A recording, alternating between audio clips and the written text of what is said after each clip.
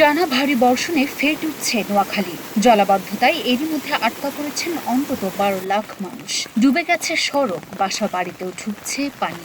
পানি নিষ্কাশন ব্যবস্থা ভালো না হওয়ায় জলাবদ্ধতায় চরম দুর্ভোগ পোহাতে হচ্ছে জেলার বাসিন্দাদের।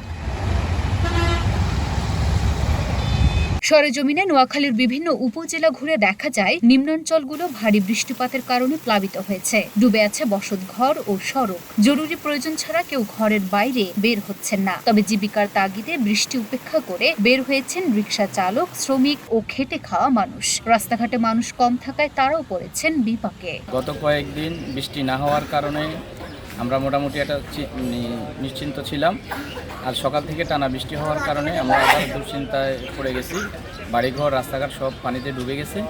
এখন আল্লাহ সুবহানাহু ওয়া তাআলা ছাড়া আর আমাদের কোনো উপায় নাই, উনি যদি আমাদেরকে রক্ষা করেন। কিছুদিন আগের বন্যায় আমরা এখনও দুর্ভোগ কাটিয়ে উঠতে পারি নাই।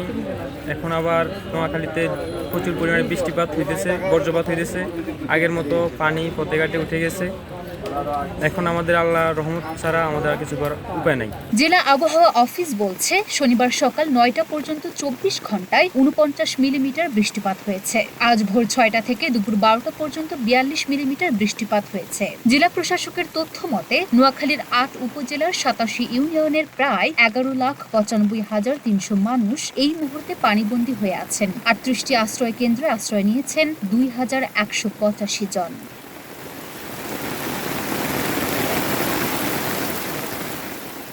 Luna Afroz Nipa, Dhaka post.